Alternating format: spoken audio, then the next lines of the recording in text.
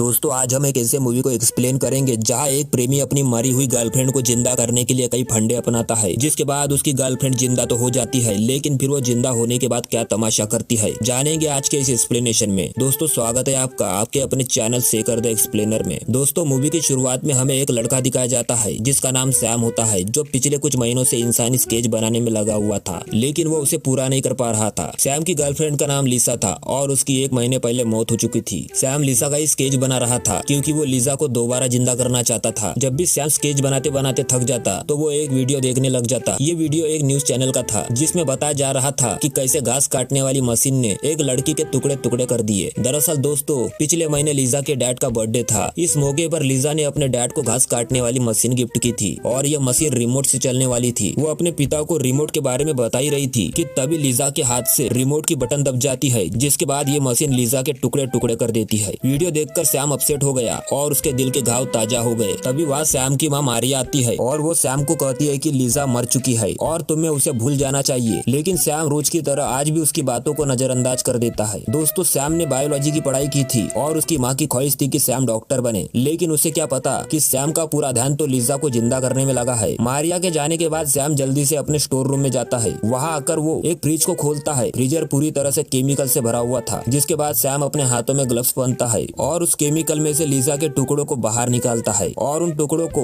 अपने आगे रख उनके साथ कैंडल लाइट डिनर करता है। दरअसल दोस्तों लिसा के मरने के बाद उसके परिवार वालों ने उसकी लाश को कब्र में दफन कर दिया था, लेकिन मजनू की औलाद सैम ने लिसा की कटी लाश को बाहर निकाल दिया और वो उसके कटे अंगों को एक खास तरह के केमिकल में रखता था, इसलिए उसके हिस्से अभी तक ठीक ठाक है। सैम भी जानता था कि केमिकल भी लिसा की लाश को ज्यादा देर तक नहीं बचा पाएगा, इसलिए वो लिसा को जल्दी से जल्दी जिंदा करना चाहता था। कैंडल लाइट डिनर करने के बाद वो लिसा के टुकड़ों को फिर से केमिकल में डाल देता है, जिसके बाद वो वापस आकर फिर से स्केच बनाने लग जाता है। स्केच बनाते बनाते जब वो थक जाता है तो वो टीवी चालू करता है। टीवी में मौसम के बारे में बताया जा रहा था। टीवी वाले बता रहे थे कि 2 दिनों बाद बेहद बिजली गिरेगी और जोरों का तूफान आएगा। मौसम के बारे में जानकर सैम चौकन्ना हो गया। वो लिसा के टुकड़ों को जोड़कर उसे फिर से जिंदा करना चाहता था और इसके लिए उसे तगड़ी आसमानी बिजली की जरूरत पड़ेगी। सैम अब फैसला करता है कि अब वो 2 दिनों में ही लिसा के कटे पार्ट्स को जोड़ेगा और फिर उस पर आसमानी बिजली गिराएगा। लेकिन यहाँ सबसे बड़ी दिक्कत ये थी कि सैम के पास लिसा के पूरे टुकड़े मौजूद नहीं थे। लिसा के जिस्म को बनाने के लिए उसे कुछ लड़कियों के पार्ट्स की जरूरत थी और ये काम काफी खतरनाक था। थोड़ी देर बाद सैम गाड़ी से सवार होकर जिस्म बेचने वाली औरतों के पास निकल जाता है ताकि उनके पार्ट्स लिसा को लगा सके, जिसके बाद वो जल्दी धंधे वाली लड़कियों के बीच पहुंच जाता है। वहाँ उसकी मुलाकात मोना नाम की एक खूबसूरत लड़की से होती है। वहाँ वो मोना को जैसे ही पैसे की गड्डी दिखाता है तो मोना उसका डंडा अपनी गुफा में लेने को उतावली हो जाती है, मगर सैम उसे रोक कर कहता है कि मुझे कई लड़कियों की जरूरत है। उसकी बात सुनकर मोना एक और लड़की को बुलाती है, जिस पर सैम कहता है कि मुझे 2 नहीं कई सारी लड़कियां चाहिए। सैम की बातें सुनकर मोना उससे कहती है कि अगर तुम्हें ज्यादा लड़कियां चाहिए तो तुम्हें हमारे मालिक जीरो से बात करनी पड़ेगी। जीरो एक भड़वा था जो लड़कियां सप्लाई करने का काम किया करता था और साथ ही वो नशा भी बेचता था। जल्द ही मोना सैम को लेकर जीरो के पास पहुंच जाती है। मोना जीरो को बताती है कि सैम के पास बहुत पैसा है और वो कई लड़कियों के साथ मस्ती करना चाहता है। मोना की बातें सुनकर जीरो खुश हो जाता है और वो उससे नशे का इनाम देता है और फिर सैम से बात करता है। वो सैम को 2 घंटे के लिए लड़कियां देने को तैयार हो जाता है, जिसके बाद वो सैम को भी नशा ऑफर करता है और सैम उससे नशा खरीद भी लेता है। थोड़ी देर बाद सैम अपने घर में था और वो जीरो के खरीदे नशे पर एक्सपेरिमेंट कर रहा था। देखते ही देखते सैम ने उस नशे को इतना खतरनाक बना लिया कि उसके डोज से किसी की भी मौत हो सकती थी। सैम ने यह डिसाइड किया था कि पहले वो लड़कियों को इस खतरनाक नशे की खुराक देगा और फिर उन्हें मारकर उनके अंगों से लिसा की बॉडी को पूरा करेगा। अगली रात सैम उसी जगह पहुंच गया। इधर मोना भी अपनी सभी धंधे वाली लड़कियों को लेकर वहाँ पहुंच जाती है, जिसके बाद मोना उसे लेकर एक कमरे में जाती है। कमरे में कई लड़कियां थी। ये सभी लड़कियां जीरो के लिए काम करती थी और उसी के कहने पर यहाँ आई थी। ये सभी लड़कियां सैम का पानी निकालने को तैयार थी। वैसे सैम यहाँ अपना पानी निकलवाने नहीं आया था, वो तो यहाँ लड़कियों के अंग का माप लेने आया था ताकि अपनी महबूबा के जिस्म को पूरा कर सके। लड़कियों के पार्ट्स का नाप लेते लेते 2 घंटे हो गए और इधर जीरो भी लड़कियों का वेट करने लगा था। उधर लड़कियों को भी पता चल गया था कि 2 घंटे होने वाले हैं और अभी तक सैम ने उनके साथ कुछ भी नहीं किया, जिस कारण लड़कियों को उस पर शक होने लगता है और उन्हें लगता है कि कहीं सैम उनके पैसे मारकर वहाँ से फूट ना ले। इसलिए वो खुद ही उसका पर्स पकड़ लेती है और पैसे निकाल लेती है। पैसे निकालने के बाद उनके हाथ वही खतरनाक नशा लगता है जो सैम ने अपने लैब में बनाया था। नशे को देखकर लड़कियां पागल हो जाती है। सैम उन्हें रोकने की कोशिश करता है, लेकिन सभी लड़कियां मिलकर सैम को पेल देती है। वैसे आज लड़कियों के हाथ काफी नशा लगा था, इसलिए वो दबाकर नशा करती है। तभी अचानक एक लड़की की तबीयत खराब हो जाती है और फिर वो धड़ाम से फट जाती है, बिल्कुल किसी सड़े हुए टमाटर के माफिक। उस लड़की का हाल देख सभी लड़कियों की फटकर 44 हो जाती है, जिसके बाद एक के बाद एक देख सभी लड़कियां फटने लगती है। ये सब सैम के विलायती नशे की वजह से हो रहा था। इधर जीरो भी दरवाजे पर पहुंच जाता है। जीरो जैसे ही दरवाजा खोलता है आखिरी लड़की भी फट जाती है और उसका सर जीरो को जाकर लगता है, जिससे जीरो नीचे गिर बेहोश हो जाता है। सैम फिर सभी टुकड़ों को इकट्ठा करता है। उसने ये सोचा था कि जो भी टुकड़ा काम का होगा वो उसे लीजा के बॉडी में फिट कर देगा। थोड़ी देर बाद सैम लाशों के टुकड़ों को लेकर घर पहुंच जाता है। घर पहुंचते ही सैम अपने काम पर लग जाता है। सैम के पास अब कई टुकड़े मौजूद थे, इसलिए वो अपने पसंद के टुकड़ों से लीजा का शरीर बनाने लगता है। जब सैम लीजा के सारे टुकड़े जोड़ देता है उसके बाद वो केमिकल में से लीजा का सिर बाहर निकालता है और उसके बॉडी में फिट कर देता है। जल्दी मौसम खराब हो जाता है और जैसे ही बिजली कड़कने लगती है सैम छत को खोल देता है और एक मशीन को स्टार्ट करता है, जिसके बाद लीजा की डेड बॉडी ऊपर जाने लगती है। जब वो काफी ऊपर तक चली जाती है तो सैम की बनाई मशीन पर बिजली गिरती है, जिससे वो बिजली लीजा की बॉडी में घुस जाती है। जिसके बाद सैम लीजा की लाश को नीचे लाता है, लेकिन लीजा अब लाश नहीं जिंदा हो चुकी थी। उसे जिंदा देखकर सैम के खुशी का ठिकाना न था। खुशी के मारे उसकी नाक भर आई थी। लीजा को सैम ने जिस्म बेचने वाली लड़कियों के पार्ट से बनाया था, इसलिए उसके अंदर उन्हीं की तरह आदतें आ गई थी। वो सैम से पैसे मांगती है ताकि वो सैम का पानी निकाल सके। सैम उसे पैसे देने से इनकार करता है, जिस पर लीजा उसे एक जोरदार तमाचा रट देती है, जिससे सैम वहीं पर पलटी हो जाता है। जिसके बाद लीजा किसी ज़ॉम्बी की तरह चलते हुए एक ट्रेन में घुस जाती है। उसे देखकर सभी लोगों की फटकर 44 हो जाती है। दूसरी तरफ सैम को भी होश आ जाता है। होश में आते ही वो लीजा को ढूंढने निकल जाता है। उधर लीजा को एक बॉब नाम का आदमी मिलता है, जिसके बाद दोनों एक कमरे में आते हैं। ये सेठ पैसे वाला था। वो लीजा को पैसे दे देता है, जिसके बाद लीजा उसका पानी निकालने को तैयार हो जाती है। पानी निकालते निकालते लीजा इतने जोश में आ जाती है कि उस आदमी का हथियारी उखाड़ देती है और उसे जहन्नुम भेज देती है। इधर सैम भी उसे ढूंढते हुए शहर आ गया था और उधर लीजा एक क्लब में चली जाती है। वहाँ वो गैरी नाम के एक इंसान से मिलती है। जीरो भी इसी क्लब में था। जीरो की नजर जब लीजा के बाजुओं पर पड़ती है तो वो उसे ध्यान से देखने लगता है। लीजा के बाजू पर जो निशान था जीरो उसे अपने धंधे वाली लड़कियों पर डलवाता था। देखते ही देखते लीजा के मांगने पर गैरी उसे पैसे दे देता है, जिसके बाद लीजा उसका डंडा अपनी गुफा में घुसेड़ देती है। लेकिन इस बार भी लीजा कुछ ज्यादा ही पावर में आ जाती है और गैरी का भी गेम बच जाता है। जिसके बाद जीरो लीजा से पूछता है कि कौन हो तुम, लेकिन लीजा कुछ नहीं बोलती और उस पर हमला करती है। फिर जब जीरो जवाबी हमला करता है तो लीजा की गर्दन लटक जाती है। लीजा का हाल देख पूरे क्लब में बवाल मच जाता है। इसी बीच सैम लीजा को ढूंढते हुए उसके पास पहुंच जाता है और जीरो भी उसे देख लेता है। जीरो तो कब से सैम की तलाश में था, क्योंकि सैम ने उसकी लड़कियों को जो मारा था। जल्दी जल्दी सैम लीजा को लेकर वहाँ से निकल जाता है। अगले सीन में सैम अपने घर में था और उसने लीजा की गर्दन ठीक कर ली थी। लीजा के ठीक होते ही वो उसे सब बताने लगता है कि मैं तुमसे कितना प्यार करता हूँ, जिस खातिर मैंने तुम्हें मौत के बाद भी जिंदा किया। सैम बातें कर ही रहा था कि तभी वहाँ जीरो आ जाता है। वो जल्दी से एक हथियार को पकड़ पीछे से सैम की गर्दन पर वार करता है, जिससे सैम की गर्दन धड़ से अलग हो जाती है। सैम को मारने के बाद वो लीजा को भी जहन्नुम भेजने वाला था, लेकिन वो लीजा को मारे उससे पहले फ्रीजर में पड़े बाकी टुकड़े अपने आप बाहर आने लगते हैं और वो जीरो का गेम बजा देते हैं। जिसके बाद लीजा सैम को भी अपनी तरह जिंदा कर लेती है और फिर दोनों ज़ॉम्बी मियां बीबी मजे से जिंदगी जीते हैं। और इसी के साथ इस कहानी का यही दी एंड हो जाता है। दोस्तों स्टोरी अच्छी लगी हो तो लाइक करें, अगले वीडियो के लिए चैनल को सब्सक्राइब करें। Bye bye.